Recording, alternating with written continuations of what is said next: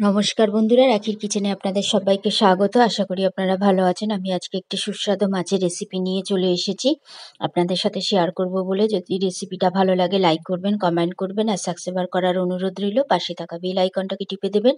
যখনই আমি নিত্য নতুন ভিডিও ছাড়বো নোটিফিকেশন সবার আগে আপনাদের কাছে চলে যাবে। ভিডিওটা পুরোটা দেখার জন্য অনুরোধ রইল আর সবার সাথে শেয়ার করার অনুরোধ রইল।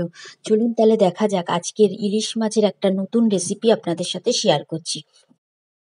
প্রথমে দেখিয়ে দিচ্ছি মশলাটা আমি এইভাবে বেটে নিয়েছি। এখানে 4খানা কাঁচা লঙ্কা নিয়েছি, 1 চামচ কালো সর্ষে, 1.5 চামচ সাদা সর্ষে, 5টা কাজু আর কিছু কিশমিশ নিয়ে এটাকে আমি বেটে রেডি করে নিলাম। এখানে 750 গ্রাম মাছ আছে, কিন্তু ওই মাছের থেকে আরও 1 পিস মাছ সরিয়ে রাখা হয়েছিল, আলাদা রেখে দিতে হয়েছে। মাথাটাকে আমি সরিয়ে দেবো, মাথাটাকে দেবো না, লেজা দাগাগুলোকে দেবো। আর তার মাঝখানে আমি এখানে একটা বেগুন কেটে নিয়েছি। বেগুনগুলোকে দেখুন, একটা বেগুনকে এরকমভাবে 8 টুকরো করে নিয়েছি। তারপরে গ্যাসের উপরে কড়াই বসিয়ে দিয়েছি, তার মধ্যে তেল দেওয়া ছিল। সেই তেলটার মধ্যে এই বেগুনগুলোকে নুন দিয়ে ভালো করে একটুখানি ভেজে নিতে হবে। এই যে আমি একটুখানি এরকমভাবে নুন আর হলুদ অল্প করে দিয়ে বেশ ভালো করে ভেজে নিচ্ছি। বেগুনগুলোকে খুব সুন্দর করে একটুখানি ভেজে নিতে হবে, কিন্তু বেগুনগুলো যাতে কাঁচা কাঁচা না থাকে। এই যে আমার বেগুনগুলো ভাজা হয়ে গেছে। এবার গ্যাসটাকে অফ করে দিয়েছি। অফ করে দিয়ে বেগুনটাকে ওখানেই রেখে দিলাম। এবার যে আমি মশলাটা দেখিয়েছি, যে মশলাটা একটা টিফিন কৌটো নিয়ে নিয়েছি, তার মধ্যে বেটে নিয়ে নিয়েছি। তার মধ্যে একে একে আমি দিয়ে দিলাম এখানে 1/2 চামচ ঝাল লঙ্কার গুঁড়ো, 1/2 চামচ হলুদ দিয়ে দিলাম এখানে, আর স্বাদ অনুযায়ী লবণ দিয়ে দিলাম। আর আমি এখানে একটুখানি দিয়ে দেবো চিনি, কারণ চিনিটা দিলে দেখবে খুব একটুখানি খেতে খুব স্বাদ হয়। এই যে সামান্য পরিমাণে একটুখানি চিনি দিয়ে দিলাম। যদি পাঞ্চা ভাবটা থাকে তাহলে পাঞ্চা ভাবটা কেটে যায়। এগুলো হচ্ছে ছোট ছোট টিপস।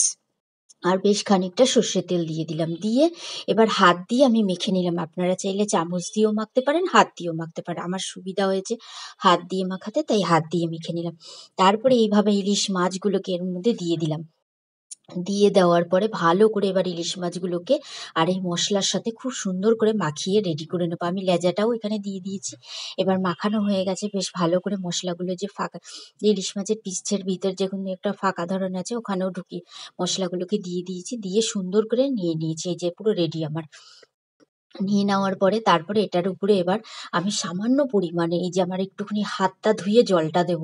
শুনেছি নাকি হাত ধোয়া জল দিলে নাকি রান্না খুব ভালো হয়। সত্যি এই মাছটা খেতে খুবই সুন্দর হয়েছে। তারপরে একটু চামচ দিয়ে ভালো করে একটুখানি জলটাকে দিয়ে নাড়িয়ে দিলাম।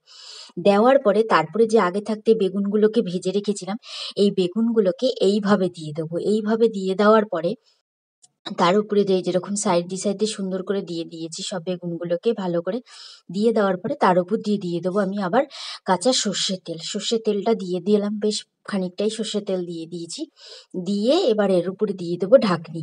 হ্যাঁ, আরেকটা ভুলে গেছি, এর মধ্যে কাঁচা লঙ্কাও দিয়ে দিয়েছিলাম। তারপরে একটা গ্যাসের উপরে কড়াই মধ্যে জল বসিয়ে দিয়েছিলাম, একটা স্ট্যান্ড বসিয়ে দিয়েছিলাম। এটাকে মিনিমাম 30 থেকে 40 মিনিট এরমভাবে লো টু মিডিয়াম আঁচে গ্যাসের স্টিম দিতে লাগবে। দিয়ে এরকমভাবে স্টিম দিয়ে নেওয়ার পরে তারপরে আমি এটাকে যখন হয়ে গেছে তারপরে নামিয়েছি। নামিয়ে ঠান্ডা করে যখন এই যে দেখুন ঢাকনাটা খুলেছি, খোলার সাথে সাথে দেখুন কত সুন্দর একটা মাছের রেসিপি। এই রেসিপিটা এরকমভাবেই করবেন।